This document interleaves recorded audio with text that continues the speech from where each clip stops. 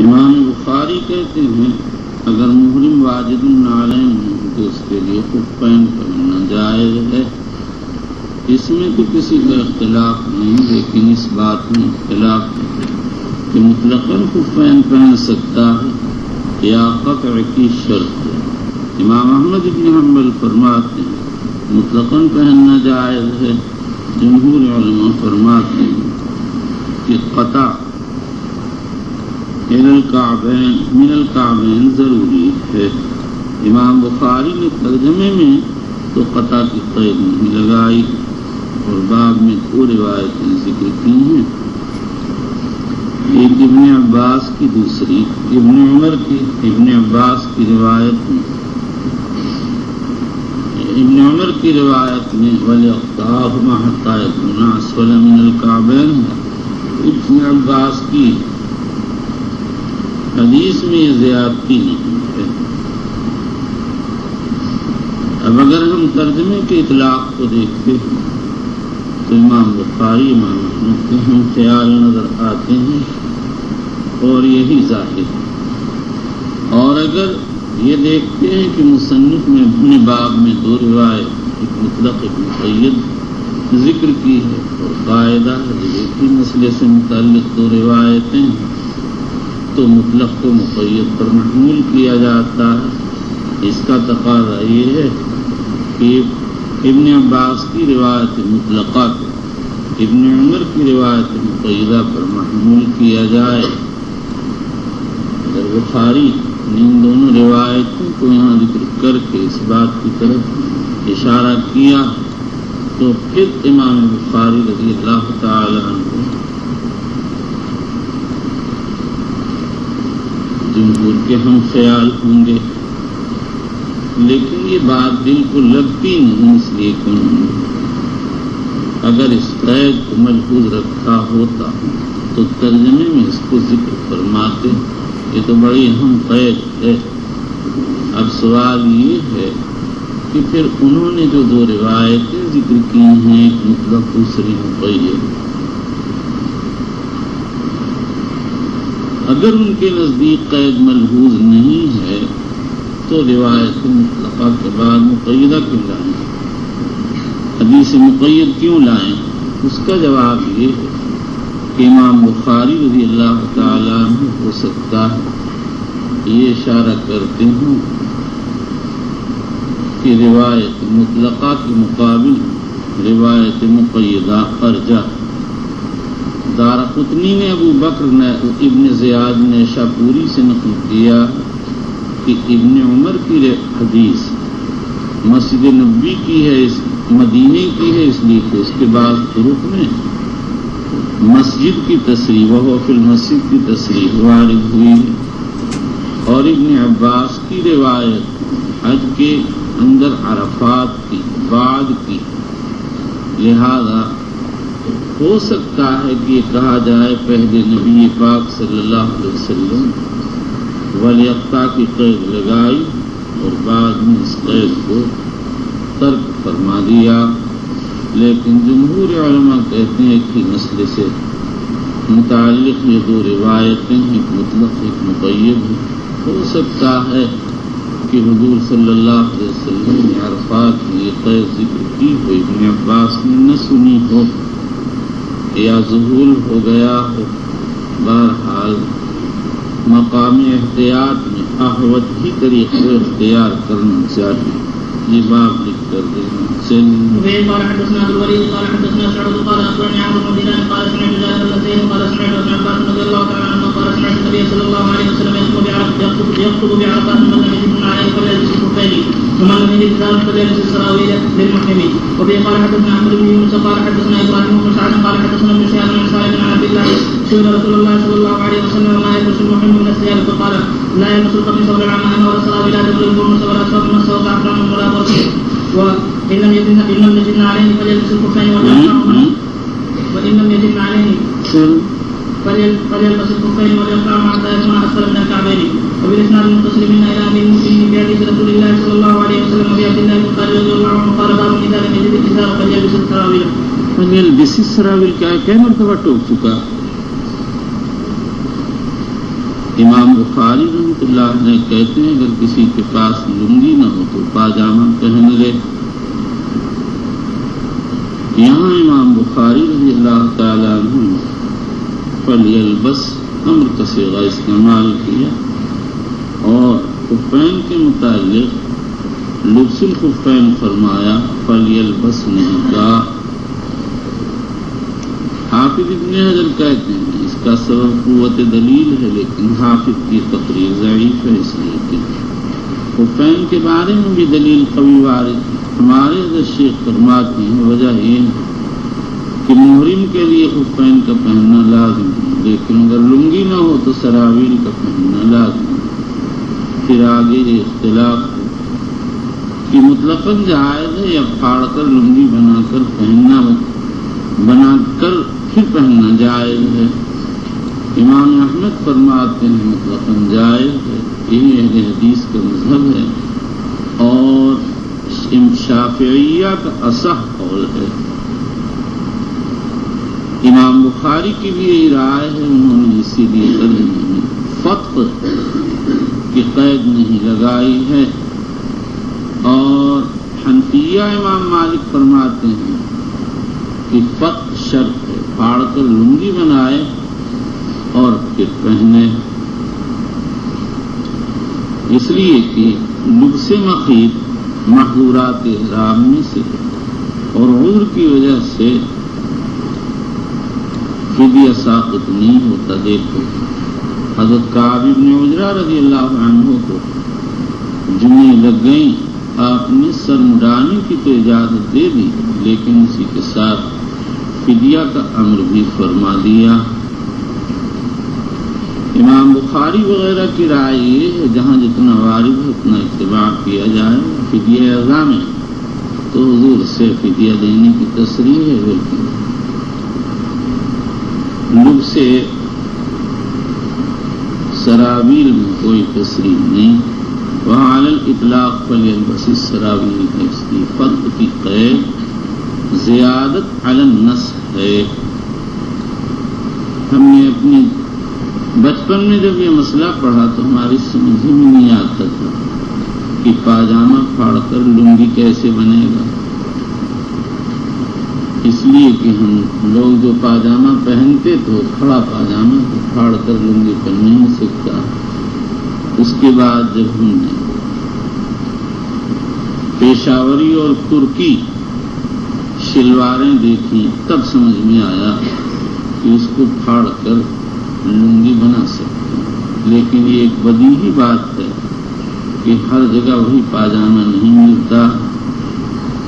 عرب کا پاجامہ کھڑا ہوتا ہے جیسے ہمارے یہاں کے پاجامے ہوتے ہیں، اور شارع نے فتح کی قید نہیں لگائی. اس لیے اقرب امام احمد اور امام بخاری ہی کا مسلک معلوم ہوتا ہے. واللہ اعلم. چلیے وفي قال حدثنا آدم قال حدثنا شعبة قال حدثنا عمرو بن دينار عن جابر بن سيدنا بن عباس رضي الله عنهما قال خطبنا النبي صلى الله عليه وسلم بعرفات فقال من لم يجد الإزار فليلبس السراويل ومن لم يجد عليه فليلبس الخفين. وفي الإسناد المتصل بالله إلى أمير المؤمنين في حديث رسول الله صلى الله عليه وسلم أبي عبد الله البخاري رضي الله عنه قال باب لبس السلاح للمحرم. امام بخاری کہتے ہیں ضرورت پیش آنے پر محرم کو ہتھیار باندھنا جائز، یہی اللہ اور جمہور کا مسلک ہے. صرف حسن بصری سے کراہت منقول ہے، اس لیے کہ جابر کی روایت میں لا الا لعهدكم ان يحمل بمكة السلاح. جمہور کہتے ہیں کہ یہ حدیث ایسی حالت پر محمول ہے جب ضرورت نہ ہو. علامہ انور شاہ کشمیری رحمۃ اللہ علیہ فرماتے ہیں حنفیہ کی فقہ میں لبس سلاح کا مسئلہ ذکر نہیں ہوا، اور جو سر کو ڈھانپ لے اور جو نہ ڈھانکے دونوں میں فرق ہونا چاہیے، جیسے لباس میں ہوتا.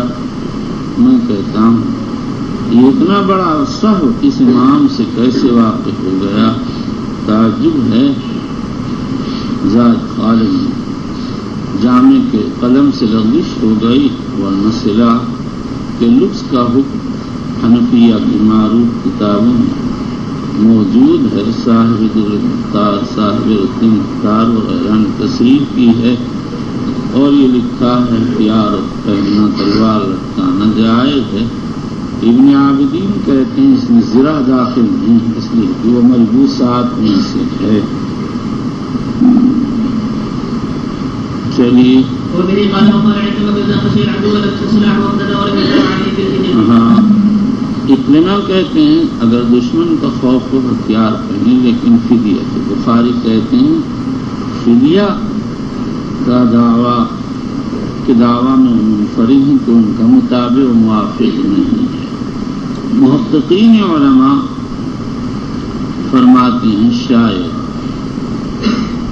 اکرمہ کی مراد خود اور زرہ، خود سے سر ڈھک جاتا ہے اور زرہ بدن کے مطابق بنی ہوتی ہے۔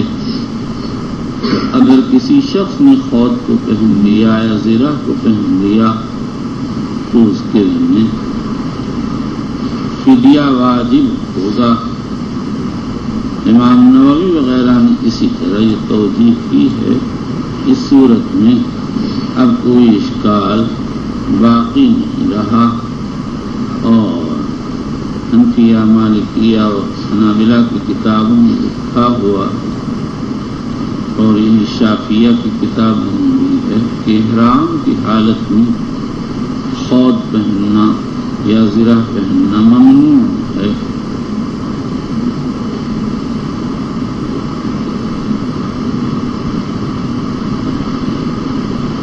آئندہ ایک روایت کتاب الشروط میں آئے گی کہ مغیرہ ابن شعبہ کے سر پر عمرہ حدیبیہ میں خود تھا۔ سوال یہ کہ سبھی احرام کی حالت میں کہ انہوں نے خود کیسے پہن لیا؟ اور اگر یہ کہا جائے کہ خود پہننے کی اجازت ہے پھر تو اشکال نہیں، پھر تو اشکال جمہور پر ہے، اور اگر جمہور کے مسلک کو لیا جائے تو اس روایت کا جواب یہ دیا جا سکتا ہے کہ ضرورت کی وجہ سے ایسا کیا گیا ہوگا، بس ضرورات کو بھی المحظورات۔ لیکن یہ ایک بات کھٹکتی ہے کہ اگر بضرورت پہنا گیا ہوتا تو بالضرور فدیہ واجب ہوتا، کیونکہ ضرورت سے چیز مباح تو ضرورت سے احرام کی حالت میں خود کا پہننا مباح تو ہو جائے گا، لیکن اس سے یہ کہاں لازم آیا کہ فدیہ واجب نہیں ہوگا؟ اور اگر یہ کہا جائے کہ جب ضرورت کی وجہ سے اباحت ہو گئی تو پھر فدیہ واجب نہیں ہوگا، اور یہی وجہ ہے کہ صلح حدیبیہ کے قصے میں خود پہننے کا ذکر تو ہے لیکن فدیہ کا کوئی تذکرہ نہیں ہے، تو پھر اس صورت میں جمہور پر اشکال عود کر آئے گا۔ ذرا کتاب دیکھو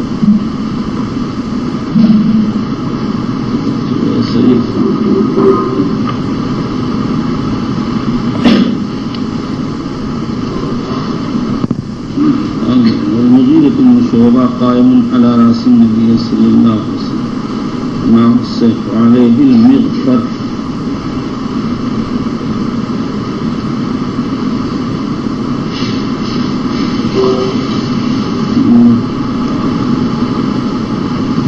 یہ باب لکھ کے وبه قال حدثنا عبد الله عن اسرائيل عن ابي اسحاق عن البراء قال اعتبر النبي صلى الله عليه وسلم في اصحاب الكعبه مكه ان يلعبوا يدخل مكه حتى قاطعوا لا يدخل مكه سلاحا۔ ارے مجذوب، اس کو کھولنے کو کہا، اس کو نہیں کہا، تیرے عقل بالکل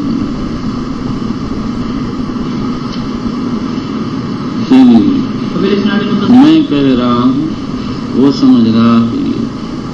اس کی مثال اسماعیل لندنی کی،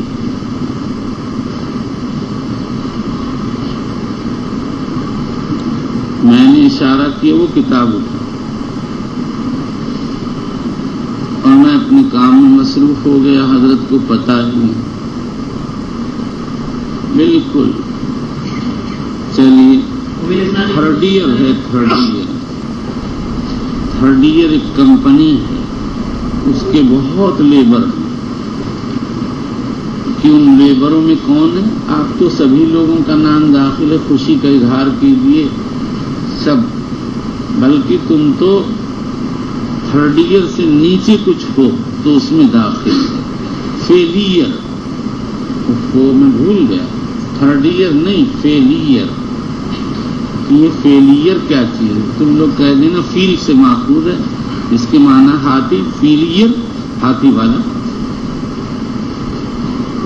جب بچے یہ قصہ یاد آتا ہے اپنا، ایک بچپن سے یاد آتا ہے، ایک تیر کہیں مل گیا مجھے، اس کو گھس کے نوک بنا لی، گاؤں میں آیا ہاتھی، برسات کا زمانہ، میں اور جمال الدین دونوں کے پاس تھا تیر، ہاتھی کو مار کے آئیں گے، اب آ رہے ہیں اور ہاتھی والا ہمیں ڈانٹ رہا، ہم تو بچے تھے چھوٹے چھوٹے۔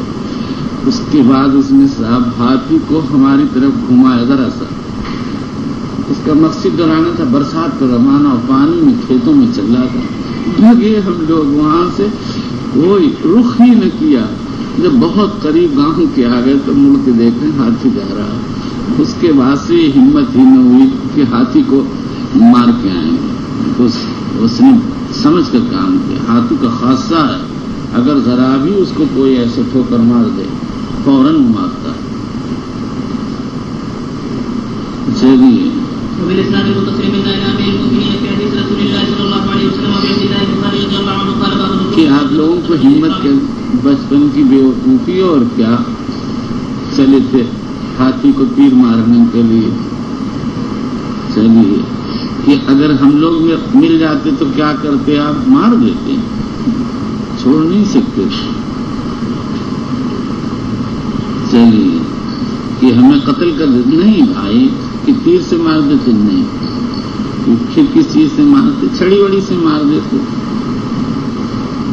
چلیے کہ آپ بڑے بہادر تھے؟ بالکل نہیں، میں کہاں جھگڑے فساد میری طبیعت نہیں تھی، الحمدللہ۔ بہت چھوٹا تھا تو ایک جھگڑا ہوا گاؤں میں، اب میں چپ بیٹھا ٹھاٹ سے، اور میرے ہی گھر کے لوگوں سے ہو رہا، میں مٹر کی پھلیاں توڑ کے کھا رہا ہوں، تو میرا چھوٹا بھائی اتنا غصے ہوا کہ بس ان سے دعا کرائے لے، کون کام کے نہیں، پھر بھی میں نہیں ہلا، بس اپنا ٹھاٹ سے بیٹھا ہوا کہ آپ کو کچھ کوئی نہیں کہتا۔ الحمدللہ گاؤں کے سب لوگ بہت اکرام کرتے تھے، بچپن ہی سے سب کہتے تھے یہ ایسا نہیں، اور اگر تم لوگوں کو دیکھ لیتے میں کہہ دیتا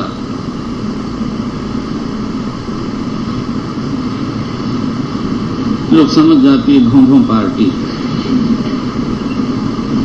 چلیے پھر کیا کرتے تم؟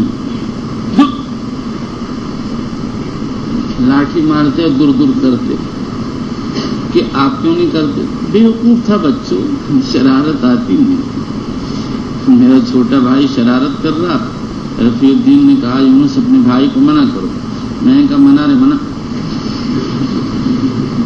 اتنا بیوقوف تھا، واقعی آج تک مجھے وہ جگہ یاد ہے اور سب کچھ، کہ شرارت میں جان ہی نہیں سکتا، میرے بس کی نہیں تھی شرارت۔ چلیے مائی کی تصویر ہماری چوری گئی، پورے گھر میں بچے ہی بھرے، دیکھ داغ کے اس نے کہا اسی کا کام ہے، سمجھے؟ کہنے لگی کہ کہیں لے گئے، میں کہا ہم کہاں لیے ہیں، کہنے لگی لاؤ میں تو کا دوسری دے دوں، میں کہا کہنا ہی دے گئے، لو ساتھ چوری تو پکڑی گئی۔ پھر اس نے کہا نہیں دے دے، پھر دی اس نے مجھے دوسری تصویر، جیب میں رکھتا تھا، ہر وقت پڑھتا تھا تصویر، جیسے وظیف کی شاہ کہ کیا پڑھتے تھے؟ واللہ الذی لا الہ الا هو عالم الغیب والشہادہ هو الرحمن الرحیم، 1000 بار وظیفہ روز پڑھتا تھا اس کا، کہ کہاں سے مل گیا تھا، بس بچوں جہاں کہیں لکھا ہوا دیکھ لیتا تھا، بس وظیفہ شروع کر دیتا تھا، پتہ نہیں کیا کیا وظیفے پڑھتے تھے، سوتے وقت یا باعثوں کا وظیفہ پڑھتا تھا، اور یا نوروں کا تعویذ لکھ کر لٹکاتا تھا، پتہ نہیں کیا کیا یہ سب اسماء الہیہ الدر النظیم پڑھ رکھی تھی، تو اس میں سے نکال کے یہ سب کرتا تھا کہ یہ کیا چیز ہے، تمہارے بابا کو بھی نہیں معلوم، چموروں کو مفتو ہمیں چمار کہتا جو تمہیں معلوم کہ آپ کو کیسے. میں تو بچوں ایسے ہی تھا، ہم نے کتاب لٹتا رہتا، کتاب کا شوق تھا، بس میں اسی میں گھسا رہتا تھا، الٹ پلٹ ادھر ادھر. ایک کتاب تھی جب میں پڑھتا تھا مارا جاتا تھا، ویسے منحوس کتاب، اس کا نام ہی منحوس کتاب رکھا تھا، وہ گھر میں تھی، جہاں وہ ہوا سا پڑھا مارا جاتا تھا، تو میں ڈر کے مارے اس کو پڑھتے ہی کہ اللہ بچاتے تھے بری عادت نہ پڑے. وہ تو وہ تھی ناول، اس میں راجا اندر کا قصہ اور پتہ نہیں کس کا، اس نے اس کو لات ماری تو وہ پتھر بن گیا، اور اس نے اس زمین کھودی تو اس میں سے ہانڈی نکل آئی، اس میں سے آدمی نکل آئی، ایک آفت. اور میں تعجب کرتا تھا، میں نے کہا یہ کیسے نکل آیا، سمجھے اس میں تصویریں سب بنی ہوئی، اتنا تو شعور تھا نہیں اور چھوٹا تھا، لیکن یہ ضرور تھا جس دن پڑھا اس دن ابا پیٹتے ضرور تھے. تو میں نے کہا یہ منحوس کتاب اس کو نہیں پڑھوں گا. سمجھ میں آیا نا، منحوس کتاب نام رکھا تھا. چلیے اسی لیے بچوں میں چاہتا ہوں چھوٹی عمر سے ماں باپ اپنی اولاد کو حدیث قرآن میں ڈالیں. قرآن تو یاد کرا ہی دیں، چھوٹے پن میں جو یاد ہوتا ہے وہ بھولتا نہیں ہے. قرآن یاد کرو بھی کراؤ بھی، اگر واقعی دماغ کمزور ہے تو کچھ اور پڑھا. چلو یہ بچوں حسرت ہوتی ہے، مجھ سے پوچھو مجھ پہ کیا گزرتی ہے. جب میں کسی حافظ کو دیکھتا ہوں وہ لے لگاتا ہے پڑھتا ہے، جب بعض وقت ایسا ہوتا ہے کہ دیکھ کے نہیں پڑھ پاتا، تھک جاتی ہے طبیعت، اور ویسے بیٹھے پڑھتے رہو.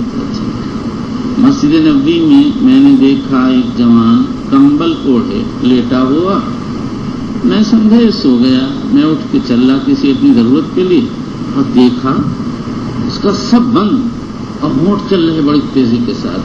پھر معلوم ہوا کہ وہ قرآن کا حافظ ہے، لیٹا لیٹا قرآن پڑھا. سمجھ میں آیا نا، سب وہاں معتقد تھے سارے. پر تعجب ہوا کہ بھائی عرب کے لوگوں کا درجہ اور ہے، ہم انڈین لوگوں کا اور، ان کے مجاہدے کو ہم نہیں پہنچ سکتے. ان کے چھوٹے بچے بھی اتنے پکے ہیں کہ وہ بس قرآن پڑھ رہے ہیں، بیٹھے ہیں تو پڑھ رہے ہیں، لیٹے ہیں تو پڑھ رہے ہیں. اچھا ان کی ایک مجلس لگتی تھی، جاتے تھے سب دور. میں تو اپنے ایک جگہ رہتا تھا بڈھا ہوں، تو سب وہاں قرآن پڑھنے جاتے تھے ہر وقت. کیوں بھائی چمارو تم نے کیا قرآن پڑھے، بتاؤ تو. کیوں بھائی ہریجن برادری بتاؤ گے کہ ہمیں ہریجن. ارے بے شرمو، پھر اگر ہریجن نہ کہے جاؤ گے تو کیا کہے جاؤ گے. باقی حیرت ہوتی تھی ان بچوں. اب کی اعتکاف میں ایسی ہی جگہ پر تھا، بس کمپنی تھی، بچہ کمپنی، ہر وقت قرآن. اسی سے سمجھ میں آتا تھا بھائی عربوں میں جو بات ہے وہ ہم میں نہیں، ان کو جو قرآن سے انس ہے وہ ہم کو نہیں ہے، قرآن کا ان کو جو شوق ہے وہ ہم کو نہیں.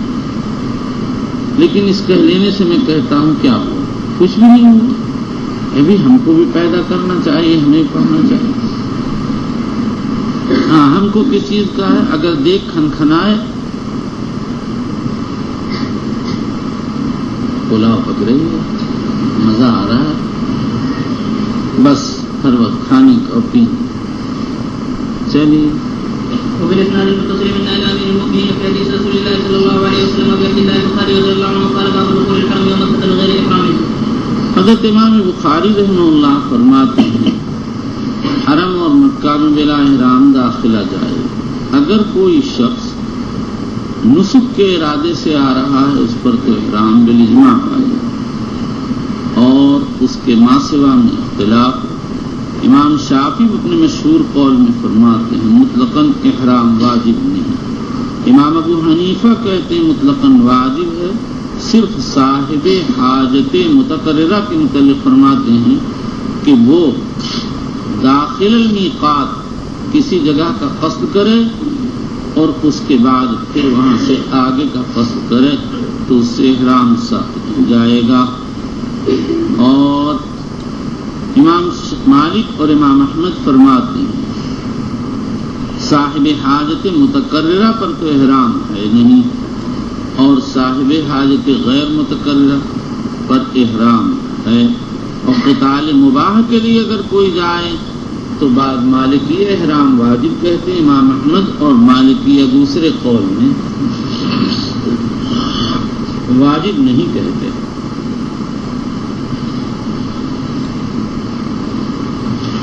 امام بخاری رضی اللہ تعالی عنہ اس مسئلے میں امام شافعی کے خیال ہیں، اس لیے کہ نبی اکرم صلی اللہ تعالی علیہ وسلم نے فرمایا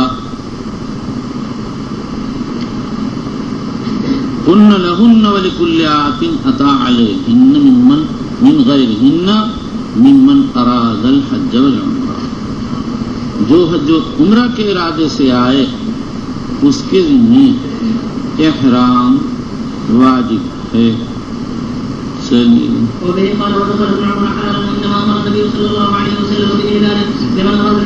ابن عمر حلال ہونے کی حالت میں داخل ہوئے، لیکن یہ اثر حنفیہ کے خلاف نہیں ہے. وہ کہتے ہیں وہ تو قدید سے واپس ہوئے تھے اور قدید میقات کے اندر ہے تو میقاتی تھے، اور میقاتی کو بلا احرام حرم میں داخل ہونا جائز. چلیے ولم یذکر للحطابین بھائی تم نے کہا دیا وغیرہ، یعنی حضور نے حطابین وغیرہ کے لیے احرام کو ذکر نہیں فرمایا. چلیے وبه قال حدثنا مسلم قال حدثنا وائل قال حدثنا طاووس عن ابي عن شعبان رضي الله عنه ان النبي صلى الله عليه وسلم وقد جاء المدينه ذبح ولأهلنا قبل المنازل ولأهل اليمن ألم لهن لهن ولكل آدمة عليهن من أراد الحج والعمرة ومن كان دون ذلك من حيث أنشأ حتى أهل مكة من مكة. وبه قال حدثنا عبد الله بن قال أخبرنا مالك عن ابن شهاب عن أنس بن مالك رضي الله عنه أن رسول الله صلى الله عليه وسلم دخل على الفتح وعلى رأسه المنطلق فلما نزعه جاءه بدر فقال إن ابن خطر متعلق بأسنان الكعبة فقال اقتلوه.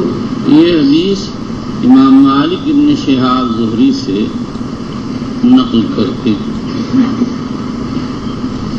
ابن وضاح وغیرہ نے یہ دعویٰ کر دیا، ابن صلاح اور ابو بکر ابن مرجع نے دعویٰ کر دیا کہ مالک کے علاوہ زہری سے کوئی بھی روایت نقل نہیں کرتا. قاضی ابن عربی کے سامنے مسئلہ آیا تو فرمایا کہ 13 آدمی اس کو زہری سے روایت کرتے ہیں. لوگوں نے کہا یہ حدیث ہمیں لکھوا دیجیے 13 طریقوں سے. ابن عربی نے وعدہ کر لیا لیکن وعدہ پورا نہیں کر سکے. بس مغاربہ کے ہاں شور مچ گیا اور ابن عربی پر بڑی سخت طعن تشنیع کی گئی، اور خلف ابن جبردیب نے طنز کرتے ہوئے کہا یا اہل ہمس ومن بہا اوصیکم بالبر والتقوی وصیۃ مشفقی فخذوا عن العربی اسماء الدجا وخذوا الروایت عن امام متقی ان الفتاح الکلام مہذب ان لم یجد خبرا صحیحا یخلقی. لیکن امام ذہبی فرماتے ہیں شاید قاضی کو وہم ہو گیا، کسی اور حدیث کی طرف ذہن چلا گیا، مگر حافظ ابن حجر کہتے ہیں کہ ابن عربی کو وہم نہیں ہوا. حافظ کہتے ہیں 16 حضرات یہ روایت امام زہری سے نقل کرتے ہیں. بظاہر ابن عربی رحمۃ اللہ علیہ اس وقت اس کے طرق کو جمع نہ کر پائے، یا سائلوں کو متعلق دیکھ کر ان کا جی راضی نہ ہوا، یا اور کوئی بات پیش آ گئی. چلیے وبالإسناد المتصل من أمير المؤمنين في حديث رسول الله صلى الله عليه وسلم في عبد الله بن رضي الله عنه قال باب إذا أحرم جاهل عليه قميص. اگر کسی نے پہلے سے مخیط پہن رکھا تھا اور جہالت میں یعنی مسئلہ معلوم نہ ہونے کی وجہ سے کہ احرام مخیط پہنے نہ باندھنا چاہیے، احرام باندھ لیا تو جمہور علماء فرماتے ہیں سر پر سے اتار دے۔ شابی نقی کہتے ہیں ہاڑ کے نکالے۔ علامہ انور شاہ نے یہی حنفیہ کا مذہب نقل کیا ہے۔ ہمارا خیال یہ ہے کہ یہ وہم ہے۔ ان حضرات کی دلیل یہ ہے کہ امام احمد الطحاوی نے حضرت جابر سے نقل کیا ہے ایک مرتبہ نبی اکرم صلی اللہ علیہ وسلم تشریف فرما تھے، اچانک آپ نے قمیص کو پھاڑ دیا اور فرمایا میں نے اپنی ہدی بھیجی ہے فلاں چشمے پر، اس وقت اس کو تقلید ہو رہی ہوگی، اور لیکن یہ روایت منکر ہے۔ حضرت عائشہ کی اس روایت صحیحہ کے خلاف جو بخاری نے اس باب میں پیش فرمائی ہے۔ چلیے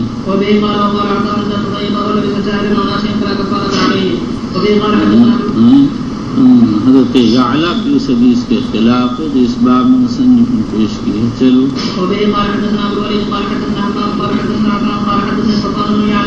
وقال عطاء اذا تطیب او لبس جاهل الناس فلا کفارۃ علیہ، اگر کسی ناواقفیت نے یا بھول کر خوشبو لگا لی یا مخیط پہن لیا تو اس پر کفارہ واجب نہیں ہے۔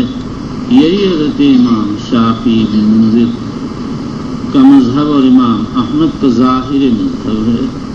امام احمد سے ایک روایت ہے کہ فدیہ واجب ہوگا۔ امام ابو حنیفہ رحمۃ اللہ علیہ کا یہی قول ہے، اگر پورے دن خوشبو لگی رہی یا پورے دن مخیط پہنے رکھا ورنہ حساب لگا کر فدیہ دینا پڑے گا۔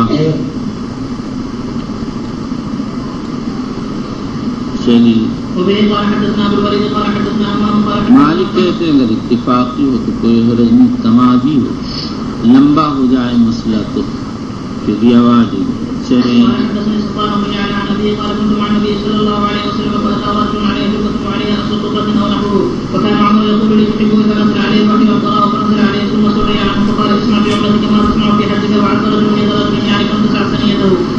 النبي صلى الله عليه وسلم وبالاسناد المتصل من امير المؤمنين في حديث رسول الله صلى الله عليه وسلم ابي عبد الله البخاري رضي الله عنه قال باب من يخرج بعرفه ولم يكن النبي صلى الله عليه وسلم ان يؤدى عنه بقيه الحج۔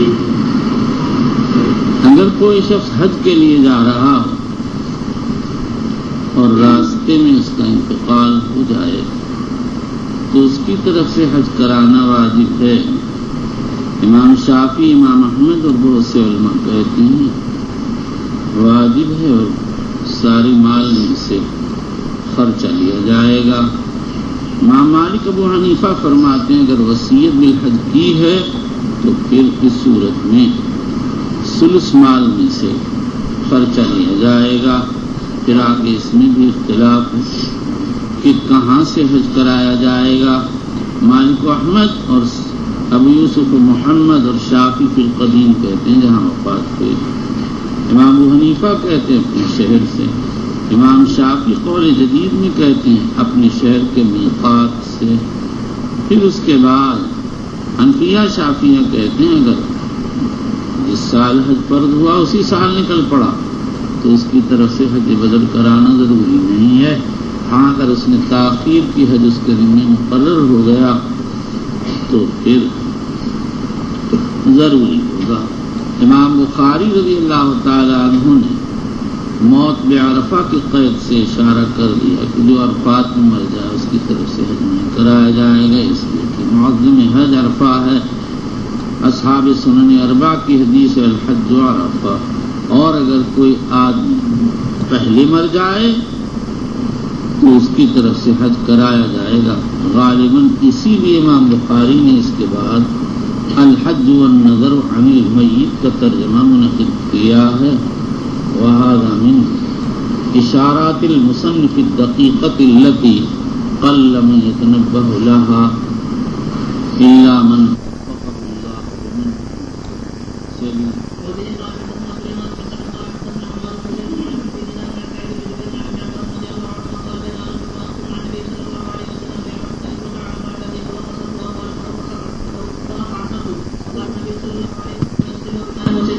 في صوبه وقال في صوبه ولا تقبل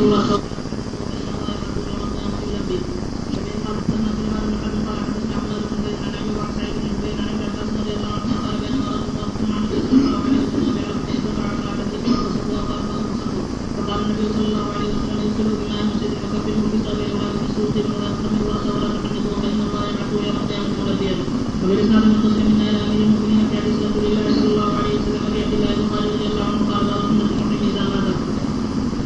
فرماتے ہیں اگر محرم کی وفات ہو جائے تو اس کے کفن دینے کی سنت یہ ہے کہ اس کے سر ڈھانکا جائے. یہی امام شافعی، امام احمد بن حنبل اور عام علماء کا مذہب ہے. امام ابو حنیفہ، امام مالک فرماتے ہیں مر جانے کے بعد احرام منقطع ہو گیا، اس لیے اس کے ساتھ وہی کیا جائے جو حلال کے ساتھ کیا جاتا. امام بخاری کہتے ہیں کہ حضور صلی اللہ علیہ وسلم نے محرم میت کے متعلق فرمایا تھا کفنہ فی ثوبین ولا تمسوہ بطیب ولا تخمروا راسہ. دوسرے حضرات اس کو خصوصیت پر محمول کرتے ہیں، لیکن خصوص الواقعہ خصوص الحکم کی دلیل نہیں ہے. واقعات جزیہ ہی سے مسائل کلیہ مستنبط ہوتے ہیں. یہی وہ بنیادی نقطہ ہے جس کی وجہ سے روایت میں مسئلہ ہونے کے باوجود ائمہ میں اختلاف ہو گیا. بعضوں نے اس کو واقع خاصہ سمجھ کر حکم خاص جان لیا اور بعض نے کہا کہ واقع خاصہ ہونے سے حکم کا مخصوص ہونا لازم نہیں آتا ہے. یا تو خمروا راسہ، اس کا سر نہ ڈھانکو، مسلم میں ولا تغطوا وجہہ روایت ہوا ہے. ظاہریہ کہتے ہیں چہرہ بھی نہیں ڈھانکا جائے گا، اور بیہقی کہتے ہیں وجہ کا تذکرہ غریب ہے، بعض روایات کا وہم. چلیے. وبه قال حدثنا يعقوب بن ابراهيم قال حدثنا وسيم قال اخبرنا ابو بكر عن سعيد بن جبير بن عباس رضي الله عنه ان رجلا كان مع النبي صلى الله عليه وسلم فوقصت ناقته وهو محرم، فقال رسول الله صلى الله عليه وسلم اغسله بماء وسلم وكفنه في ثوبيه ولا تمسوه بالدم ولا تخمروا راسه فانه يبعث يوم القيامه ملبيا. وبالاسناد المتصل من امير المؤمنين في حديث رسول الله صلى الله عليه وسلم في عبد الله بن عمر رضي الله عنه قال باب الحج والنهي عن الميت والرجل يحج عن المرأة. حضرت امام بخاری رضی اللہ تعالیٰ عنہ اس ترجمۃ الباب میں حج بدل کا مسئلہ بیان کیا ہے، اور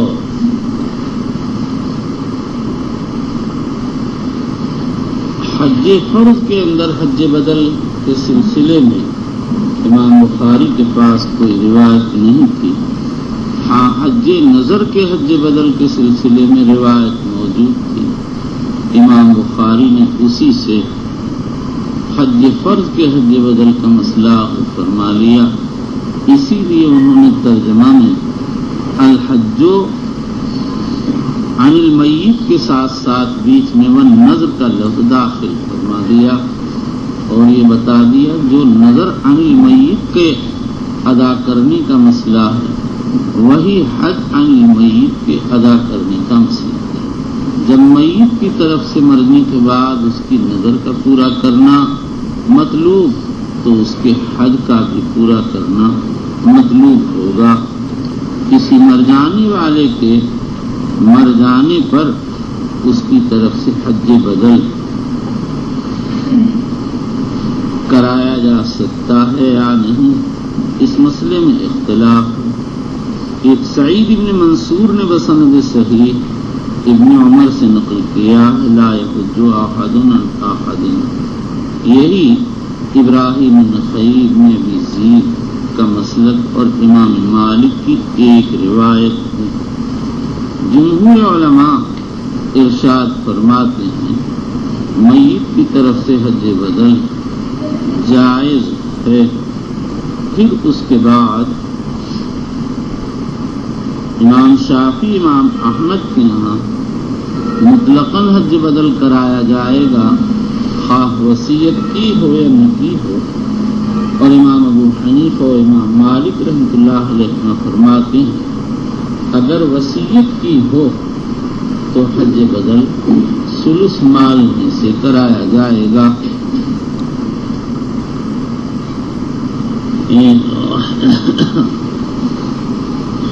والرجل يحج عن المرأة، یہ دوسرا مسئلہ حاصل اس کا یہ ہے کہ مرد عورت کی طرف سے حج بدل کر سکتا ہے۔ امام بخاری رضی اللہ عنہ نے جو روایت پیش کی ہے اس میں عورت کی طرف سے حج بدل کا مسئلہ، مرد کے عورت کی طرف سے حج بدل کا مسئلہ نہیں ہے۔ امام بخاری رضی اللہ عنہ نے مرد کے عورت کی طرف سے حج بدل کا مسئلہ کس طرح اخذ کیا، اس کی مختلف تقریریں کی ہیں۔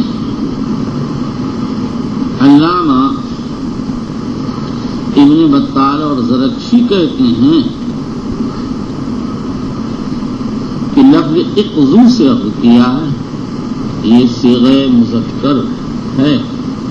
نمبر 2، بعض علماء یہ کہتے ہیں بطریق اولویت اخذ کیا، جب عورت کی طرف سے حج بدل کر سکتی تو مرد عورت کی طرف سے بدل اولا کر سکتا۔ حافظ ابن حجر کہتے ہیں کتاب الایمان والنذور میں روایت الباب آ رہی ہے، اس میں یہ تصریح موجود ہے کہ سوال کرنے والا مرد تھا، واللہ سبحانہ وتعالی اعلم۔ چلیے یہ باب لکھ کے دینا بچے۔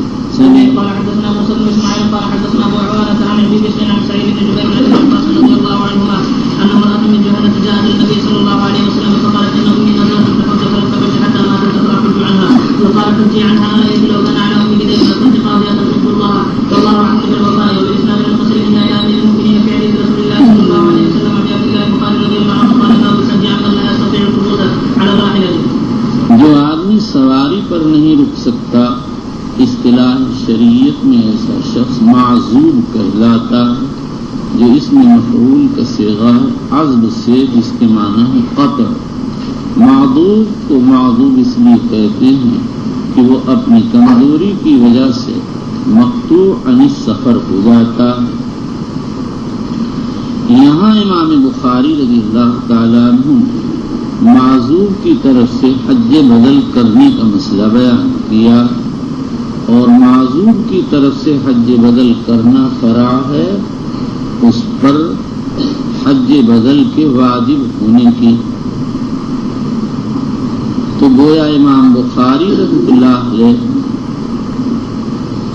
اس باب میں 2 مسئلے ذکر کیے ہیں، ایک صراحتاً، دوسرا ضمناً۔ ہم پہلے مسئلے مصرحہ کا ذکر کرتے ہیں۔ معذور کی طرف سے حج بدل ائمہ ثلاثہ اور جمہور علماء کے نزدیک جائز، امام مالک رحمۃ اللہ علیہ جائز نہیں ہے، اس لیے کہ جب وہ مجبور ہے تو اس کی طرف سے حج بدل کیا کرایا جائے گا، اس پر حج واجب ہی نہیں ہے۔ لیکن معذور پر حج واجب ہے یا نہیں، یہ مسئلہ مختلف فی مسائل میں سے ہے۔ امام مالک فرماتے ہیں معذور پر حج واجب ہے، خواہ عزم بعد الاستطاعت طاری ہو یا قبل الاستطاعت۔ امام ابو یوسف محمد شافعی احمد فرماتے ہیں معذور پر حج بدل واجب ہے، اور امام ابو حنیفہ کہتے ہیں کہ اگر عزم قبل الاستطاعت طاری ہوا تو حج واجب نہیں ہے، اور بعد الاستطاعت طاری ہوا تو حج واجب ہے۔ امام بخاری رضی اللہ عنہ دونوں مسئلوں میں جمہور کے ہم خیال، ان کی طرف کے نزدیک معذور کی طرف سے حج بدل کرایا جائے گا اور معذور پر حج واجب ہے۔ یہ بات بھی لکھ کے دینا چلیے۔ وبه قال حدثنا ابو عاصم بن جريج عن ابن شهاب عن سليمان بن يسار عن ابن عباس رضي الله عنهما عن الفضل بن عباس ان امرأة قالت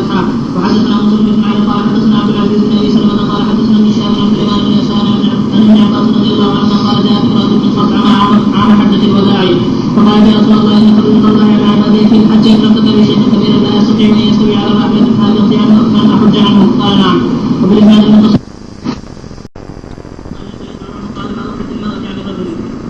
باب حج المرأة عن الرجل. امام بخاری رضی اللہ تعالیٰ عنہ نے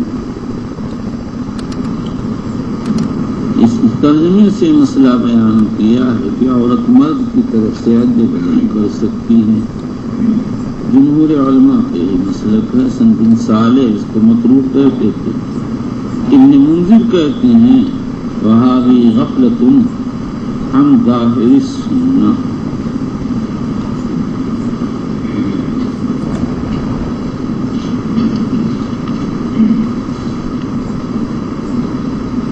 کسی کی طرف سے حج بدل کرنے کی 4 صورتیں. مرد کی طرف سے کرے اس میں کسی کا اختلاف نہیں. عورت کی طرف سے کرے اس میں بھی کسی کا اختلاف نہیں کیا جائے. اور مرد عورت کی طرف سے کرے اس میں بھی کسی کا اختلاف نہیں. اور عورت مرد کی طرف سے کرے یہی مسئلہ مصنف نے یہاں ذکر کیا. یہ مختلف فیہا ہے. المختصر یہ ہے کہ حج بدل کی 4 صورتیں حج الرجل عن الرجل، حج الرجل، حج المرأة عن المرأة وحج الرجل عن المرأة. یہ 3 صورتیں متفق علیہ ہیں. اور حج المرأة عن الرجل مختلف فیہا. جمہور جائز کہتے ہیں، حسن ابن صالح ناجائز کہتے ہیں. بخاری نے اس ترجمے سے مقرر کیا ہے. اکتبوا لیا شیخ. چلیے.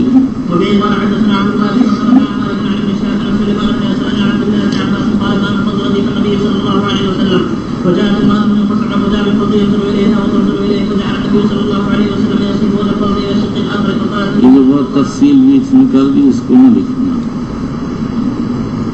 یہ بالاتفاق دائرے باتفاق یہ کیا تکرار اخیر میں جو خلاصہ بیان کیا وہی بہت کافی. چلیے. فقالت ان فرض الله يكتب لي شيئا كبيرا لا يدخل على راحلتي افرح عنه قال نحن ذلك في حجه الوداع. وبالاسناد المتصل من ايام المؤمنين في حديث رسول الله صلى الله عليه وسلم ابي عبد الله بن خالد رضي الله عنه قال باب حج الصبيان. امام بخاری کہتے ہیں بچے حج کر سکتے ہیں. بچوں کا حج بالاتفاق صحیح ہے. ابن بطال اور مازری نے نقل کر دیا ہے امام ابو حنیفہ کے حج صحیح ہے. اس کا سبب بعض فقہا کے اقوال ہیں، لیکن حنفیہ کا راجح قول یہ ہے کہ بچے کا حج معتبر ہے. ہاں بچہ اگر کوئی جنایت کرے تو اس پر دم یا فدیہ نہیں ہے. جو اس کی طرف سے احرام باندھے گا وہ ذمہ دار ہوگا. اور بچپن کے حج کا اعتبار نہیں ہے. حج بالغ ہونے کے بعد استطاعت ہونے پر حج فرض ہوگا. ابن بزیزہ کے حوالے سے بعض لوگوں نے نقل کر دیا کہ داؤد ظاہری کے ہاں یہ حج معتبر ہو جائے گا، لیکن یہ بات جی کو نہیں لگتی. چلیے. یعنی یہ سمجھ میں نہیں آتا کہ داؤد ظاہری ایسی بات کہیں گے. چلیے.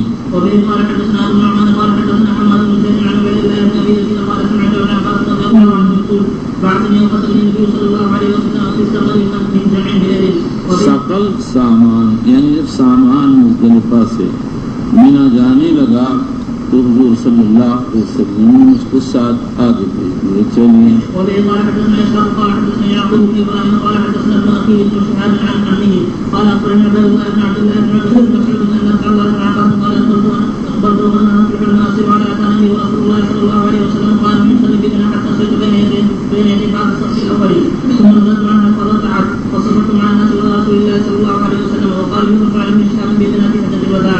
وبه قال حدثنا عبد الرحمن بن يونس قال حدثنا عاصم بن اسماعيل عن محمد بن يوسف عن سعيد بن يزيد قال حدث به مع النبي صلى الله عليه وسلم وانا ابن 7 سنين. وبه قال حدثنا عمرو بن سراء قال حدثنا القاسم بن مالك عن جعير بن عبد الرحمن قال سمعت عمر بن عبد العزيز يقول لسعيد بن يزيد وكان سعيد قد حج به في سفر النبي صلى الله عليه وسلم. وبالاسناد المتصل من اعلام المؤمنين في حديث رسول الله صلى الله عليه وسلم وفي عبد الله بن قال رضي الله عنه قال باب حج النساء. باب حج النساء عورتوں کے حج کا بیان. امام بخاری کا مقصد یہ ہے کہ عورتوں کے حج میں کوئی مزید چیز شرط ہے روایت سے معلوم ہو گیا ہاں ان کے حج میں محرم یا زوج شرط ہے. یہی امام ابو حنیفہ و احمد کا مذہب ہے. اس میں اختلاف ہے دونوں مذہبوں میں کہ یہ شرط وجوب ہے یا شرط ادا.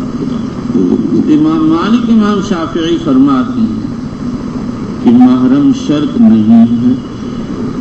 تو باپ کی دونوں حدیثوں سے معلوم ہوتا ہے امام بخاری قول اول کے قائل ہیں. محی السنہ بغوی نے اسی کو راجح قرار دیا ہے. اور غور تو کیجیے حضور صلی اللہ علیہ وسلم نے عورت کے سفر کے لیے مطلقاً محرم یا زوج کو شرط قرار دیا تو اس کے عموم میں سفر حج خود بخود داخل ہو گیا. مزید یہ ہے کہ بازار و دارقطنی کی بعض روایات سفر حج میں محرم کی شرط وارد ہوئی ہے اور ابو عوانہ نے اس کو صحیح کہا ہے. پھر اس کے بعد امام مالک فرماتے ہیں تخرج مع رجال من النساء. اس جملے کی شرح میں مالکیہ کا اختلاف ہے. بعض کہتے ہیں مجموع الجنسین مراد، بعض کہتے ہیں جماعت من اہل الجنسین مراد. قاضی عیاض کہتے ہیں کہ اکثر مالکیہ نے ان سے نقل کیا ہوئے کہ عورتیں شرط ہیں. نووی فرماتے ہیں امن فی الطریق شرط ہے، امن علی نفسہا شرط ہے، عورت کو اپنے بارے میں اطمینان ہو. پھر امن کی کیا صورت ہے؟ ایک صورت یہ ہے کہ خاوند ساتھ، دوسری صورت یہ ہے کہ محرم ساتھ، تیسری صورت یہ ہے کہ ثقہ عورتیں ساتھ ہیں.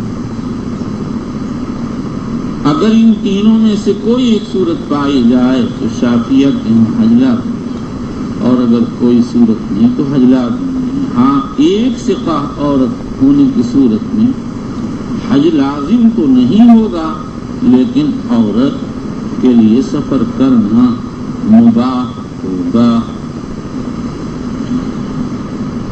بعض شافعیہ کہتے ہیں ایک ثقہ عورت کے ہونے کی صورت میں بھی حج لازم ہو جائے گا، مگر یہ قول ان کے یہاں مرجوح ہے.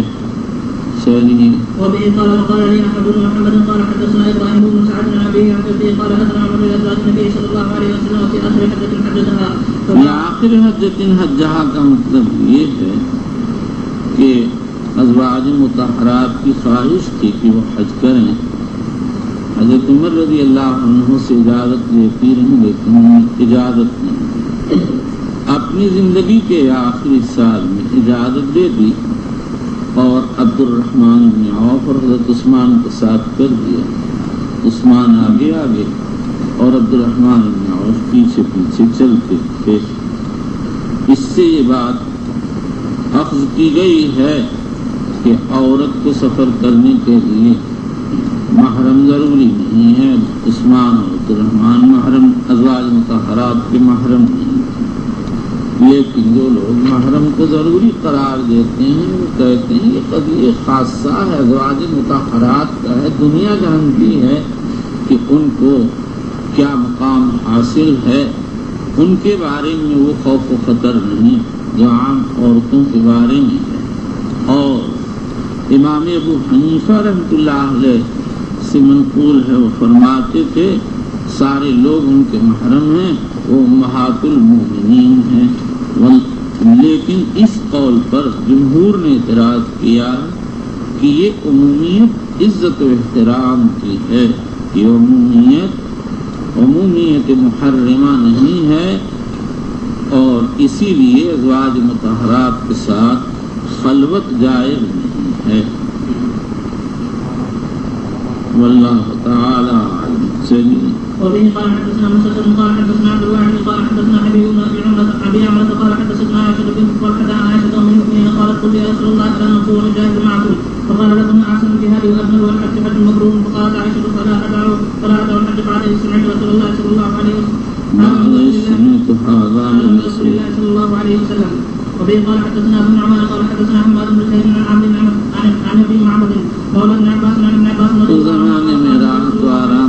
اسباب کم تھے لیکن روحانیت زیادہ تھی، ایمان تقوی میں طاقت زیادہ تھی. چلیے. قال النبي صلى الله عليه وسلم لا تسافر المرأة إلا مع ذي محرم ولا يدخل عليها رجل إلا ومعه محرم. فقال رجل يا رسول الله إني أريد أن أخرج في جيش كذا وكذا وامرأتي تريد الحج فقال اخرج معها. وبه قال حدثنا عبدان قال أخبرنا يزيد بن زريع قال حدثنا حبيب بن معلم وعن عن ابن عباس رضي الله عنهما قال لما رجع النبي صلى الله عليه وسلم من حجته قال لهم بسنائه الأنصارية ما معك من الحج قالت أبو فلان تعني زوجها وكان لنا حج على أحدنا والآخر يسقي أرضا لنا. قال فإن عمرة في رمضان تقضي حجة أو عمرة في رمضان فإن عمرة في رمضان عمرة نہیں ہے صاحب، عمرة في رمضان ہے، بہت عربی لہجہ نہ نکالو. فإن عمرة في رمضان تقضي حجة أو حجة معي. رواه ابن جرير عن عطاء قال سمعت ابن عباس رضي الله عنه عن النبي صلى الله عليه وسلم وقال عبد الله بن عبد الكريم عن عطاء عن جابر عن النبي صلى الله عليه وسلم. وبه قال حدثنا سليمان بن حرب قال حدثنا شعبة عن عبد الملك بن عمير قال عن قزعة مولى زياد قال سمعت أبا سعيد وغضب مع النبي صلى الله عليه وسلم سنة 10 غزوة قال سنت کیا چیز ہے؟ سنت 10 غزوة. چلو. سنة 10 غزوة قال 4 سمعتهن من رسول الله صلى الله عليه وسلم أو قال يحدثكم عن النبي صلى الله عليه وسلم فأعرفني وأمرني أن کہتے ہیں 4 حدیثیں میں نے حضور اکرم صلی اللہ تعالی علیہ وآلہ وسلم سے سنی. فعجبنی وانقنی، وہ 4 مجھ کو بہت اچھی معلوم ہوئی. چلیے.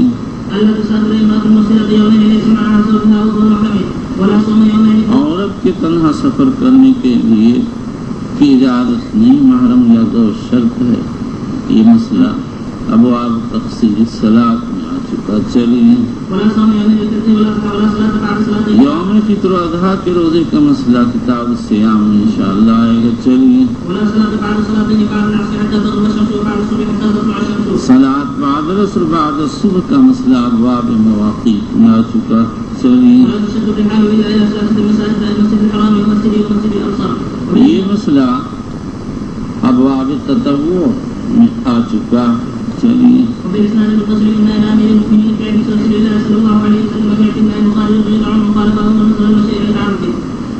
حضرت امام بخاری رضی اللہ تعالیٰ عنہ نے مسئلہ یہ بیان کیا ہے اگر کسی نے نظر مانی کہ میں کعبہ چل کر جاؤں گا تو اس کے دن میں حج یا عمرہ بالاتفاق پر. اب اگر اس نے پیدل نظر پوری کر لی تو نظر ادا ہو گئی، لیکن اگر وہ شخص سوار ہو گیا تو کیا حکم ہے؟ ظاہریہ کہتے ہیں جہاں تک پیدل چل سکتا ہے پیدل چل، اور جہاں میں عاجز ہو جائے سوار ہو جائے، اور کچھ واجب نہیں، لا فدیہ ولا دم. جمہور علماء فرماتے ہیں جہاں تک پیدل چل سکتا ہے پیدل چلے، آگے سوار تو ہو سکتا. پھر اس کے بعد امام احمد ایک روایت میں وجوب کفارہ کے قائل ہیں، دوسری روایت میں وجوب دم کے. امام شافعی کے 2 قول ہیں، ایک قول یہ ہے کہ دم واجب ہے، دوسرا قول یہ ہے کہ دم مستحب ہے. امام مالک فرماتے ہیں جہاں سے عاجز ہوا اگلے سال وہیں سے پھر پیدل چلے اور دم بھی ادا کرے. مالکیہ فرماتے ہیں یہ اس شخص کا حکم ہے جو مکے سے قریب ہے، جیسے مدنی، یا متوسط مسافت پر ہے جیسے مصری. اور اگر کوئی شخص بہت دور رہتا جیسے افریقی تو اس کے لیے میں صرف حدی واجب ہے، آئندہ سال پھر پیدل چلنا واجب نہیں. حنفیہ کہتے ہیں اگر سارے راستے میں یا اکثر راستے میں سوار ہوا تو دم واجب ہوگا، ورنہ ایک بکری کی قیمت لگا کر اس کے حساب سے فدیہ واجب ہوگا. آدھے راستے میں سوار ہوا تو آدھی قیمت، روبے میں سوار ہوا تو روبے قیمت واجب ہوگی. امام بخاری رضی اللہ تعالیٰ عنہ نے اس باب میں جو دونوں حدیثیں ذکر کی ہیں، اس سے معلوم ہوتا ہے کہ وہ ظاہریہ کے ہم خیال ہیں، یعنی بس جہاں تک چل سکتا ہے پیدل چلے، جہاں سے عاجز ہو جائے سوار ہو جائے. حضور صلی اللہ علیہ وسلم نے اس طرح کی نظر ماننے والے سے صاف کہہ دیا تھا پل مرحا فلیرکب چلیے. وبه قال حدثنا محمد بن مسلم قال اخبرنا البخاري عن كلمه طويل قال حدثني ثابت عن انس ان النبي صلى الله عليه وسلم راى شيئا بهذا بين يديه قال ما قال مثل ان يمشي قال ان الله تعالى بهذا رسول الله وامره ان يتبر. وبه قال حدثنا ابراهيم بن موسى قال اخبرنا هشام بن يوسف من رجل اخبره قال اخبرني سعيد بن ابي ايوب ان يزيد بن ابي حبيب اخبره ان رسول حدثه عن عقبه بن عامر قال لا تخفي ان امشي الى بيت الله وامرني ان استخفي النبي صلى الله عليه وسلم فاستفتيت النبي صلى الله عليه وسلم فقال لي تمشي وتكبر وقال ولا مثل لا يفارق عقبته. وبه قال ابو عبد الله قال حدثنا ابو عاصم عن المجري عن يحيى بن ايوب عن يزيد بن ابي حبيب عن ابي الخير عن عقبه هذا الحديث. وبالإسناد المتصل إلى أمير المؤمنين في حديث رسول الله صلى الله عليه وسلم أبي عبد الله محمد بن إسماعيل البخاري رضي الله عنه وأرضاه وأجزل ثوابه ووفاه وحشرنا في زمرته ونفعنا بعلمه. قال بسم الله الرحمن الرحيم. فضائل المدينة. فضائل مفرد فضیلت ہے جس کی معنی منقبت شرافت کی کوئی چیز. مدینہ سے مدینہ نبویہ محمدیہ علی صاحب الصلوات والتحیہ مراد. نبی پاک صلی اللہ علیہ وسلم کے مدینہ آنے سے پہلے یہ شہر یثرب کے نام سے معروف. جب آپ مدینہ تشریف لائے تو اس کا نام مدینہ النبی صلی اللہ علیہ وسلم پڑ گیا، پھر مختصراً مدینہ کہا جانے لگا. قرآن پاک نے اسی نام سے اس شہر کو ذکر فرمایا. امام بخاری رضی اللہ تعالیٰ عنہ کہ تراجم کو دیکھنے سے معلوم ہوتا ہے کہ وہ مدینہ منورہ کی ایک مستند تاریخ لکھنا چاہتے ہیں احادیث صحیحہ کی روشنی میں. اسی لیے امام بخاری رحمۃ اللہ علیہ نے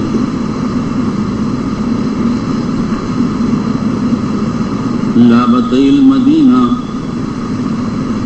کا ترجمہ منعقد فرمایا اور اس کے آکام پر ترجمہ منعقد کیا. لیکن اکثر حدیثیں مدینہ کی فضیلت پر دلالت کرتی تھیں، اس لیے عنوان فضائل کا منعقد کر دیا.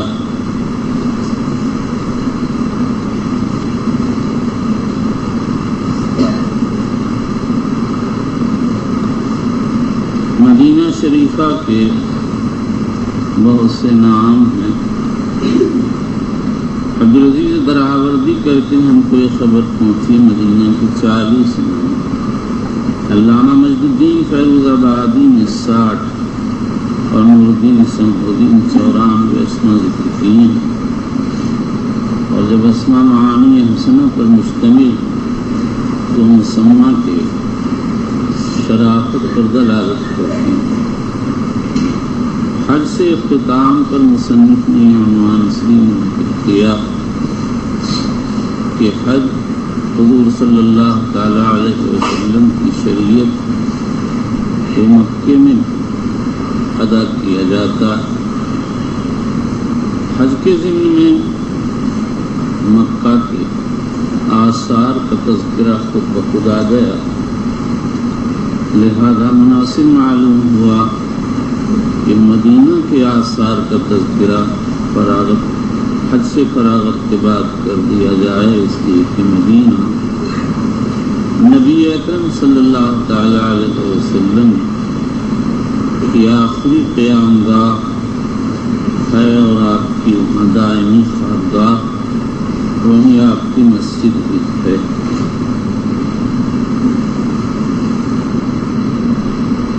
اس کو ان کو لکھ دینا۔ چلو بسم الله الرحمن الرحيم وبالاسناد المتصل من الى امير المؤمنين في حديث رسول الله صلى الله عليه وسلم ابي عبد الله البخاري رضي الله تعالى عنه قال باب حرم المدينه باب حرم المدینہ، مکہ مکرمہ کے حرم پر قرآن حدیث دلالت کرتی ہیں، امت پر اس پر اجماع، اور اس بات پر بھی اجماع ہے کہ حرم مکہ میں جنایت کرنے پر انسان کے ذمے اس کا بدل واجب ہوگا، جزا واجب ہوگی۔ حرم مدینہ کے متعلق اختلاف امام مالک، شافعی، احمد بن حنبل اور اسحاق، داؤد اور تمام محدثین اور جمہور السلف والخلف کہتے ہیں مدینہ کا بھی حرم۔ امام ابو حنیفہ نے حرم مدینہ کا انکار کیا۔ ان کا یہ قول ان تمام احادیث کے خلاف ہے جس میں تصریح کے ساتھ مدینہ منورہ کے لیے حرم کا تذکرہ، اس لیے وہ ساری حدیثیں امام ابو حنیفہ کے مذہب کے خلاف پڑتی ہیں۔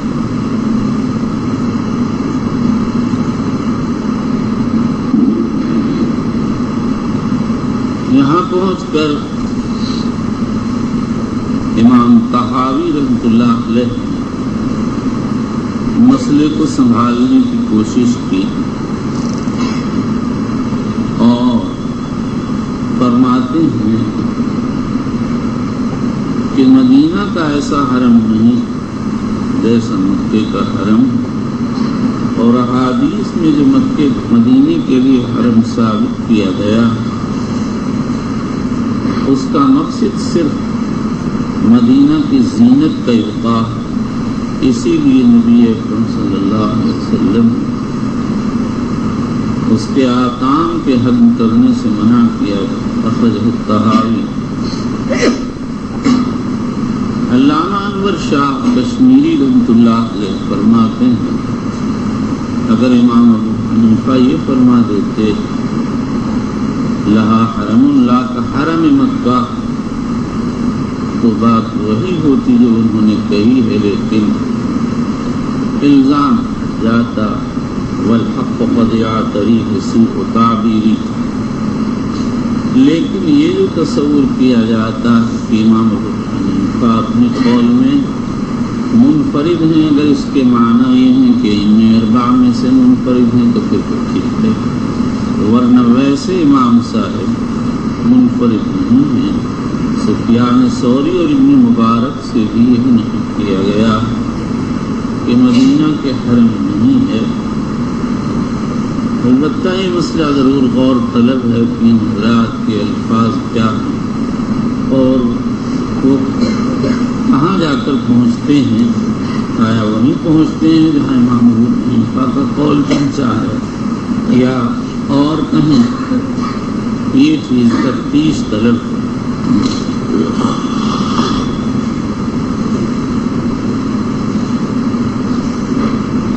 امام بخاری رضی اللہ تعالیٰ عنہ امام ائمۃ المحدثین ہیں، انہوں نے احادیث کا اتباع کیا اور مدینہ منورہ کے لیے حرم کو ثابت فرمایا۔ پھر اس کے بعد آگے یہ اختلاف ہے کہ مدینہ کا حرم کے حرم میں بھی ایسی ہی جگہ ہے جیسے حرم مکہ میں ہے یا نہیں؟ امام مالک، امام شافعی فی الجدید اور امام احمد بن حنبل فرماتے ہیں حرم مدینہ میں جنایت کرنے سے یعنی درخت کاٹنے یا شکار پکڑنے سے جزا واجب نہیں ہوگی۔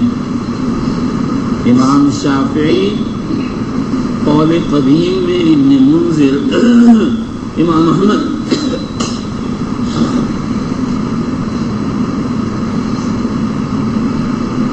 اپنی دوسری روایت میں ابن منذر ابن نافع مالکی کہتے ہیں جزا واجب ہوگی۔ پھر یہی ابن حزم کی رائے۔ پھر اس کے بعد آگے یہ اختلاف کہ کیا جزا۔ امام شافعی قول قدیم میں فرماتے ہیں کہ اس کی جزا کہ جو جنایت کر رہا ہو اس کے کپڑے وغیرہ چھین لیے جائیں۔ مسلم شریف میں حضرت سعد نے ایک غلام کو دیکھا درخت کاٹ رہا تو اس کے کپڑے چھین لیے۔ اس کے آقاؤں نے حضرت سعد سے بات چیت کی تو صاحب کہہ دیا جو چیز اللہ کے نبی نے مجھ کو بطور نفل کے دی ہے میں واپس نہیں کر سکتا ہوں۔ ابن ابی ذئب، ابن ابی لیلہ اور بعض مالکیہ فرماتے ہیں کہ حرم مدینہ حرم مکہ جیسا ہے۔ حرم مکہ میں جیسے جزا واجب ایسے ہی حرم مدینہ میں بھی واجب ہے۔ امام بخاری بظاہر مدینہ کے لیے حرم کے تو قائل لیکن جزا کے قائل نہیں۔ چلیے یہ بات بھی ہم کو لکھ کے دینا۔ چلو وبه قال حدثنا ابو النعمان قال حدثنا ثابت بن يزيد قال حدثنا عاصم ابو عبد الرحمن الاحول عن انس بن مالك رضي الله تعالى عنه عن النبي صلى الله عليه وسلم قال المدينه حرم من كذا الى كذا لا يقطع شجرها ولا يحدث فيها حدث من احدث فيها حدثا فعليه لعنه الله والملائكه والناس اجمعين. وبه قال حدثنا ابو معمر قال حدثنا عبد الوارث عن ابي التياح عن انس رضي الله تعالى عنه قال قدم النبي صلى الله عليه وسلم المدينه وامر ببناء المسجد فقال يا بني النجار سامنوني قالوا لا نترك ثمنه الا الى الله فامر بقبور المشركين فذبح ثم بالخريف فسقيت وبالنخل فقطع فصفوا النخل قبلة المسجد. وبه قال فصفوا النخل فقطع حرم مدینہ کے کھجوروں کو کاٹ دیا گیا۔ اس سے بعد حنفیہ نے استدلال کیا کہ مدینہ کے لیے حرم نہیں ہے، لیکن یہ استدلال صحیح نہیں، اس لیے کہ یہ کوئی ابتدائے ہجرت کا قصہ اور مدینہ کی تحریم اس وقت ہوئی جب حضور صلی اللہ علیہ وسلم خیبر سے واپس ہوئے ہیں۔ کتاب الجہاد میں اس کی تصریح آ رہی ہے۔ چلیے وبه قال حدثنا اسماعيل بن عبد الله قال حدثني اخي عن سليمان عن عبيد الله بن عمر عن سعيد المقبري عن ابي هريره رضي الله تعالى عنه ان النبي صلى الله عليه وسلم قال قدم ما بين لابتي المدينه على لسانه قال واتى النبي صلى الله عليه وسلم بني حارثه فقال اراكم يا بني حارثه قد خرجتم من الحرم ثم التفت فقال بل انتم فيه. یعنی اول وہلے میں آپ کو ایسا محسوس ہوا بنی حارثہ حرم مدنی سے باہر آباد ہیں، لیکن جب غور فرمایا تو اس حد کے اندر تھے جو مدینہ کے لیے حرم بنائی گئی، تو فرمایا تم اس کے اندر ہی۔ چلیے وبه قال حدثنا محمد بن بشار قال حدثنا عبد الرحمن قال حدثنا سفيان عن الأعمش عن ابراهيم التيمي عن ابي علي رضي الله تعالى عنه قال ما عندنا شيء الا كتاب الله وهذه الصحيفه عن النبي صلى الله عليه وسلم المدينه حرم ما بين عندنا الا کتاب اللہ وهذه الصحيفه، اس سے روافض کی تردید ہوتی ہے جو یہ کہتے ہیں علی کے پاس وحی کا ایک بہت بڑا حصہ تھا جس میں امامت کے مسائل، اہل بیت کے فضائل۔ علی کہتے ہیں ہمارے پاس سوائے قرآن یا اس صحیفہ کے کچھ نہیں، اور اس صحیفہ میں دیت وغیرہ کے مسائل تھے۔ چلیے المدينة حرم ما بين عائر إلى كذا مدینہ حرم ما بین عائر الی کذا، مدینہ حرم ہے عائر سے لے کر کھلا گدر تک، الى قضا، بخاری نے اسی طرح کہا ہے، ابہام کر دیا اصل ما بین عائد الى صور۔ اسی طرح مسلم میں آیا، مسلم کے الفاظ ما بین عائد الى صور، مصطاع کو عائد بھی کہتے ہیں، عائد بھی کہتے ہیں۔ ظاہر حدیث سے معلوم ہوتا کہ عیر الصور مدینے کے پہاڑ ہے، لیکن مصعب زبیری کہتے ہیں عیر الصور مدینہ میں ہے۔ دوسرے حضرات صور کا تو انکار کرتے ہیں لیکن عیر کا اس بات کرتے ہیں۔ یہی ابو عبید بکری، ابو نعیم اصفہانی، قاضی عیاض وغیرہ کی رائے ہے۔ اور ابو عبید کہتے ہیں حدیث کے الفاظ ما بین عائد الی احد۔ اسی طرح سے امام احمد نے علیہ السلام سے ایک روایت نقل کی ہے، اس میں یہ وارد ہوا ہے، لیکن روایت کا معروف لفظ ما بین عائد الی صور ہے۔ ابن تین تو کہتے ہیں صور کا لفظ وہم ہے، اسی لیے بخاری نے ابہام کر دیا۔ اس پر یہ اشکال کیا گیا کہ کتاب الجہاد میں ما بین عائد الی صور بخاری میں آ رہا ہے۔ اس کا جواب یہ ہے کہ بخاری کے نسخوں میں اختلاف ہے، بعض میں ما بین عائد الی صور ہے اور بعض میں ما بین عائد الی قضا وارد ہوا ہے۔ ابو عبید حازمی وغیرہ کہتے ہیں صور کا لفظ غلط ہے، اور ابو عبید کہتے ہیں اصل لفظ ما بین عائد الی احد ہے۔ لیکن ابو بکر مراغی عفیف مطری، ابو محمد عبدالسلام مرزوق و محب تبری حلبی وغیرہ مدینے میں صور کو ثابت کرتے ہیں۔ جب کوئی مکے کے رخ پر ہو تو کوہ احد کے پیچھے بائیں طرف کو ایک مدور پہاڑ، اسی کو صور کہا جاتا۔ اب اس کے بعد حدیث کا لفظ بالکل ثابت ہو گیا، اور یہ بات واضح ہو گئی کہ عیر الصور کے مابین جو حصہ ہے اس کو حضور صلی اللہ علیہ وسلم نے حرم بنا دیا۔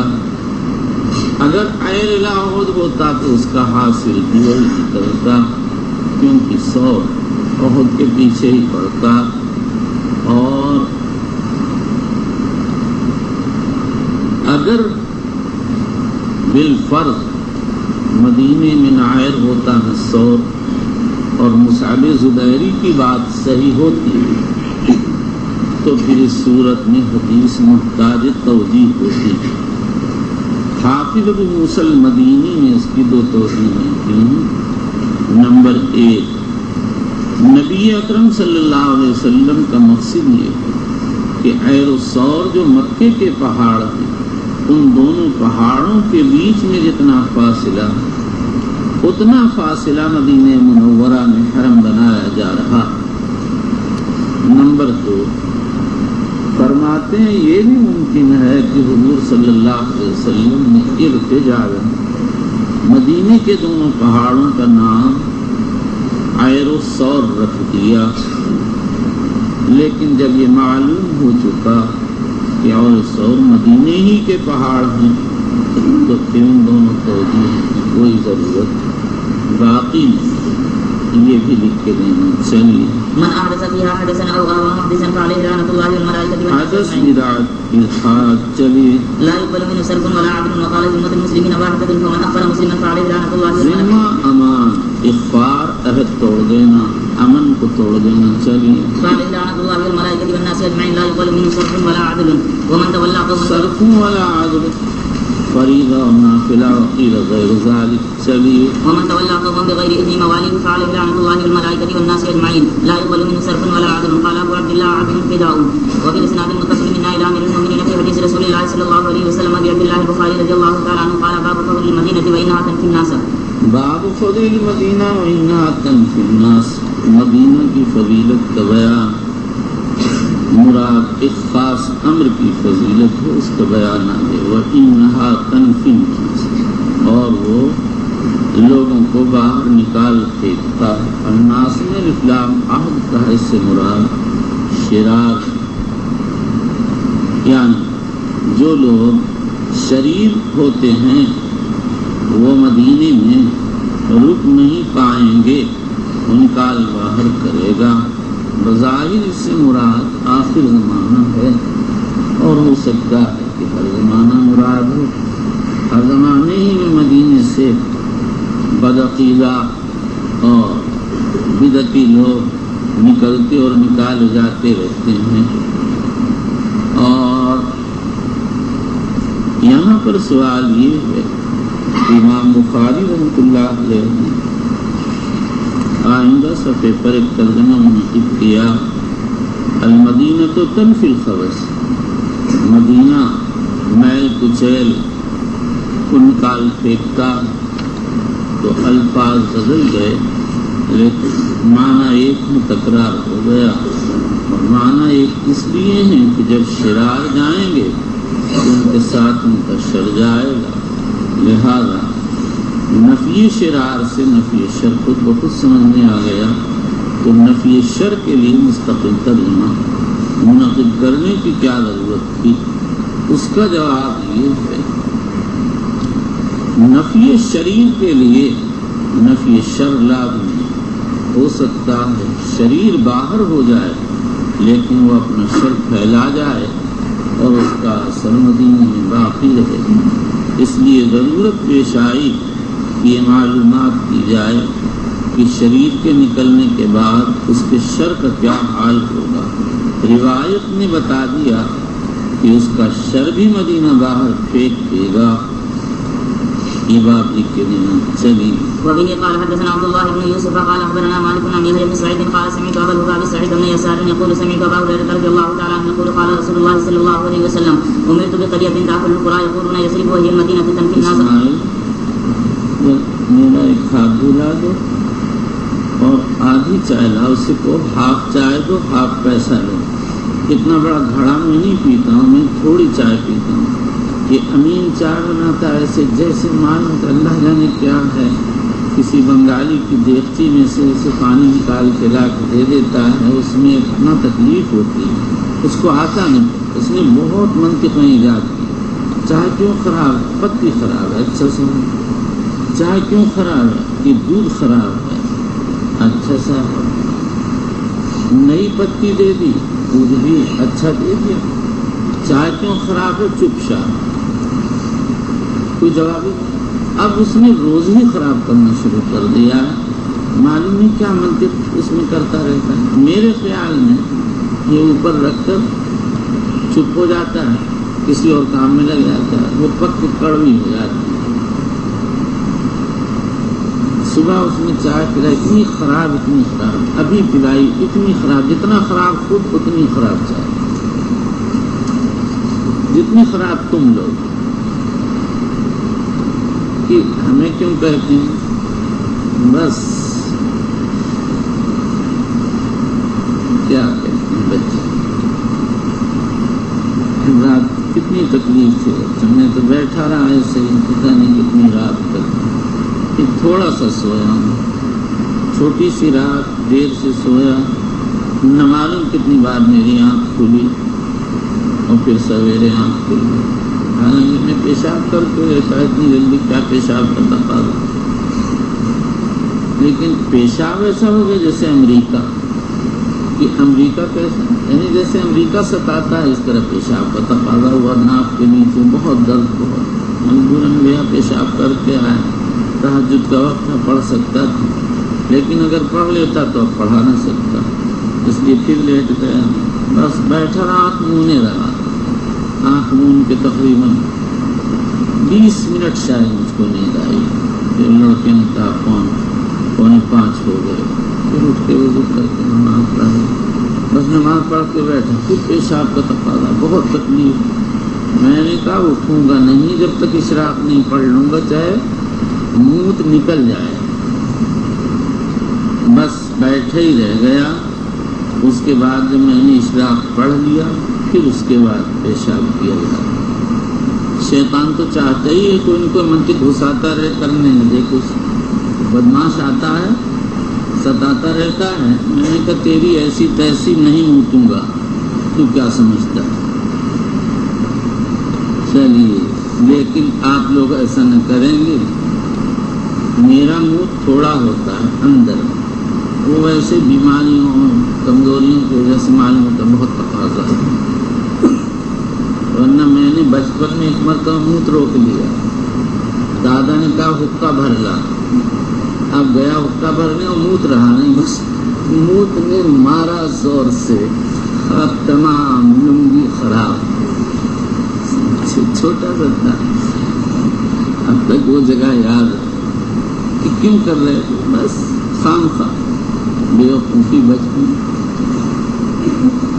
چلیے، ہر کام فائدے میں ٹھیک ہوتا ہے، لیکن مجھ کو بیماریاں ہیں بچے، میں مجبور ہوں۔ چلیے، وهي المدينة تنفي الناس كما ينفي الكير خبث الحديث تنفي الناس كما ينفي عجیب صاحب، آپ تو عجیب ہیں، تنفي الناس كما ينفي بالکل الكير اس کو پاگل کو کچھ پتہ نہیں۔ چل كما ينفي الكير خبث الحديث كما ينفي الكير خبث الحديث، ایسے میں امرت بقرية تأكل القرى، مجھ کو حکم دیا، پھر سے پڑھے حدیث میں نہیں سنا۔ وبه قال حدثنا عبد الله بن يوسف قال اخبرنا مالك بن يحيى بن سعيد قال سمعت ابا الهباب سعد بن يسار يقول سمعت ابا هريره رضي الله تعالى عنه يقول قال رسول الله صلى الله عليه وسلم امرت بقريه تاكل القرى يقولون يثرب وهي المدينه تنفي الناس كما ينفي الكير خبث الحديد۔ امرت بقرية تاكل القرى، مجھ کو حکم دیا گیا ایک ایسی بستی کے اختیار کر لینے کا جو سارے قرى کو کھا جائے گی۔ اکل قرآ سے کیا مراد؟ اس میں علماء کے 3 اقوال۔ نمبر 1، ابن وہب نے امام مالک سے، عبداللہ ابن احمد نے اپنے والد امام احمد سے نقل کیا کہ اس سے مراد مدینہ کا سارے بلاد پر غالب ہو جانا ہے۔ یہی معنی خطابی اور ابن بطال نے بیان کی۔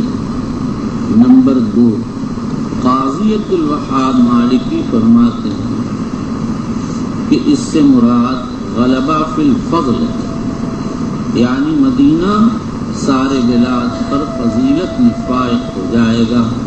لیکن یہ قول مالکیہ کے مسلک پر صحیح ہے، جمہور مالکیہ کے مسلک پر جو مدینہ کو افضل البلاد ہے، اور جمہور علماء کے مسلک پر صحیح نہیں، جو مکہ مکرمہ کو افضل البلاد کہتے ہیں۔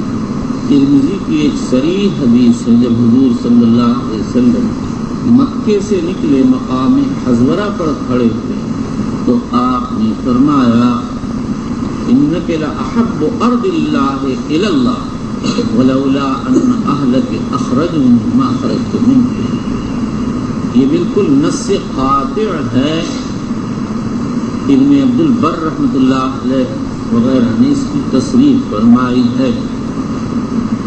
نمبر 3، بعض علماء فرماتے ہیں اکل قرآ سے مراد اکل میراث، یعنی تمام دنیا کے اندر جو کچھ پیدا ہوتا ہے وہ مدینہ لایا جائے گا اور اہل مدینہ اس کو کھائیں گے۔